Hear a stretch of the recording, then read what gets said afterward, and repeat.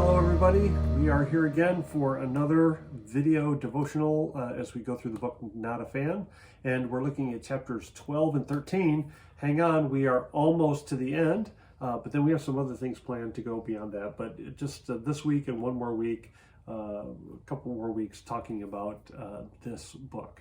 So we are to chapters 12 and 13, which is this idea of following Jesus and what does that look like. And the question of, wherever. Will we follow him wherever he goes? This chapter was jam-packed full of convicting notions, wasn't it? Mm-hmm. What is your wherever? Or what is your, if I say to Jesus, I'm going to follow you wherever, and he says, even here, even there, what's your even there? I was sort of thinking about that and remembering when I came to faith as a teenager, the big answer to that question was always Africa. Everyone was said, what if he sends me to Africa? I don't want to follow him if he sends me to Africa. Well, guess what? We went to Africa. We took our oldest boy on a mission trip to Africa when he was 16. And Africa is a wonderful place. Beautiful place. With a lot of wonderful people. And it wasn't nearly what we're meant to be fearful of. But what is your even there? And I think that's a great point. The fear factor is it's the unknown, and we're often afraid that Jesus is going to ask us to go somewhere that we've never been before and we're unsure of. And where is our confidence really lie? Or lie? Does it lie in ourselves, us being able to handle it, or are we relying on following the God who directs us into those different spots? And I was thinking too, as we were reading it, what would be my place that keeps me fearful or keeps me saying, don't get in this area, Jesus. Probably early on it was location. That doesn't bother me so much anymore. Maybe we think it's our workplace, or maybe it's, he's going to make me go talk to a neighbor, or he's going to call me to this ministry that's, difficult and hard, or I think, don't tell anybody.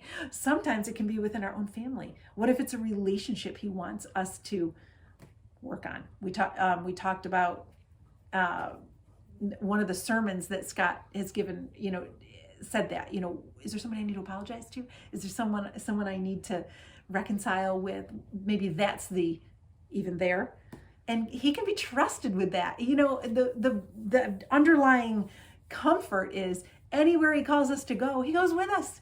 He's the one doing the work. Yeah. We just have to be willing. And I like the way the author says, a follower of Jesus says, my answer is yes. Now where do you want me to go? Doesn't matter where. I'm going to go where Jesus is going. And it's a decision that we're making about who really is in charge. And if we're a follower of Jesus, then he is in charge. And he gets to make the decision. So that's the where will I go? And then the next chapter was what about now? What about now? When are we, not only where are we willing to go, but when are we willing to do it? Will I follow Jesus whenever? What about now? And this actually brought kind of a funny story to mind. Not really funny. I don't even know if I should be bringing it up. He's starting to sweat now because he doesn't know what I'm going to say.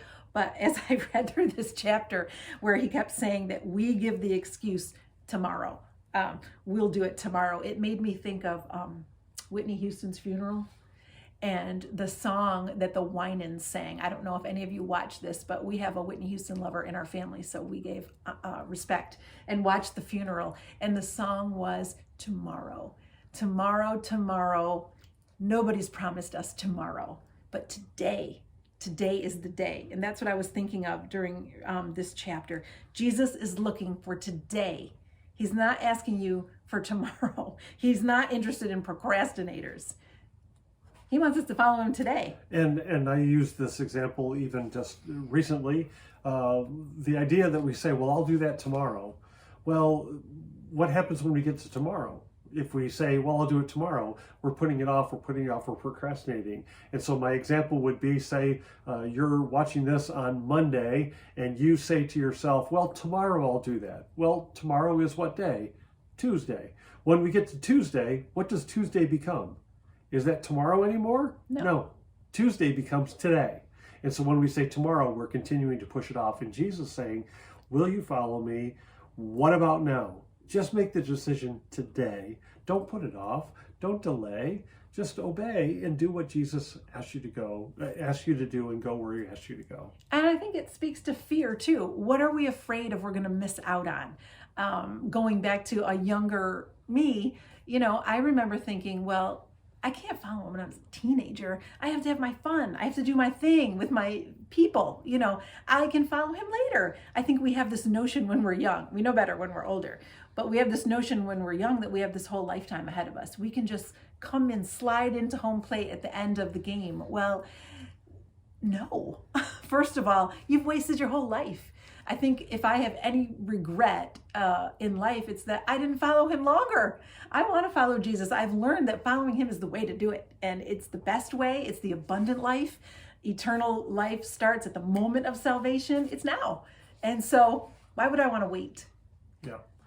I think one of the quotes, I'll let Angela read it here, that the truth is that the longer you put him off, the more likely it is that following him will never happen. Isn't that the truth? If we say we got to get through our teen years, if we say we're going to get married first, or we're going to have our kids, we're going to get our career, then we're going to follow him. It's probably not going to happen. And once again, Jesus is calling us to follow him. He didn't give us a timetable or a time for questioning. It was, today I want you to follow me. And I think the example in the book here is that picture of, well, I've got to bury my father, and it wasn't like his father was even sick. It was just this concept of, well, I'll wait until my parents die and then I'll follow you. And the reality is, the more we put him off, we will probably not follow him at all. And what did Peter and Andrew do? And in contrast, and what did the sons of Zebedee do? They dropped their nets and followed him. I mean, it was now. It was now, and it was no question about where they were going. They didn't know. They didn't know. They didn't know either one. But they said, right now, we'll follow you wherever you go. And one of the little scary things that he said here on page 195 was, when we tell him 10 more minutes, when we say, when we try to delay, the more you put him off, the less likely he is to get your attention.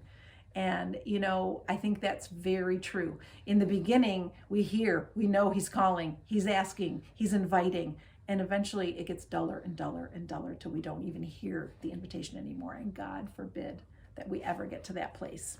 So our encouragement through these chapters, listen to the voice of Jesus. He's calling you. He's saying, come and see, follow me. And may we do that immediately.